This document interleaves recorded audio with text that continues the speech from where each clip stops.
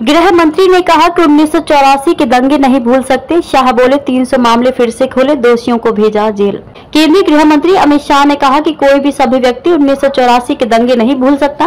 राजनीतिक इशारे पर नृशंस हत्याएं की गई, लेकिन किसी दोषी को सजा नहीं दी गई।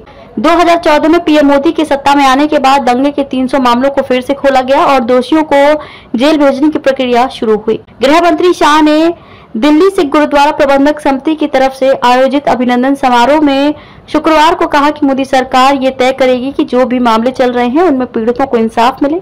मोदी सरकार ने ही पहली बार 3,328 पीड़ित परिवारों में से प्रत्येक को 5 लाख रुपए देने और जलियांवाला बाग स्मारक को फिर से गौरवान्वित करने का काम किया है। मानवता के लिए सिख गुरुओं के बलिदान की बराबरी नहीं। शाह ने कहा कि मानवता और देश के लिए सिख गुरुओं के बलिदान की बराबरी कोई नहीं कर सकता। सिख पंथ के अलावा ऐसा कोई दूसरा पंथ नहीं जिसने 10 पीढ़ियों तक आक्रांताओं के अन्याय के खिलाफ संघर्ष करते बलिदान दिया हो। औरंगजेब के अत्याचार के खिलाफ कश्मीरी पंडितों की मदद के लिए सर्वोच्च बलिदान देने वाले 9वें गुरु तेग बहादुर को देश हमेशा याद रखेगा।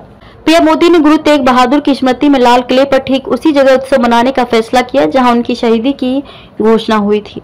सिख कौम हमेशा सबसे आगे रही। दिल्ली सिख गुरुद्वारा प्रबंधक समिति की तरफ से आयोजित अभिनंदन कार्यक्रम को संबोधित करते हुए शाह ने कहा कि भारत की आजादी के आंदोलन मुगलों और अंग्रेजों के खिलाफ लड़ाई, विभाजन की विभीषिका या आजादी के बाद देश की सीमाओं को सुरक्षित करना हो। सिख कौम हमेशा सबसे आगे रही है। हमारा आजादी के संघर्ष का इतिहास सिख बहादुरों के बलिदान से भरा पड़ा है और देश के आजाद होने के बाद इसकी सुरक्षा के लिए भी सबसे अधिक बलिदान सिख पंथ के अनुयायी ही देते आए हैं। मातृशक्ति को सशक्त करने की परंपरा भी सिख पंथ ने दी। शाह ने कहा कि मातृशक्ति को सशक्त करने की परंपरा सिख पंथ में माता खीवी के लंगर की सिखों से वर्षों पहले शुरू हुई। इतिहास में भी ये दर्ज है कि सिख पंथ से निकली मातृशक्ति से न केवल आजादी के आंदोलन में हिस्सा लिया बल्कि देश को आगे बढ़ाने में अहम योगदान दिया है।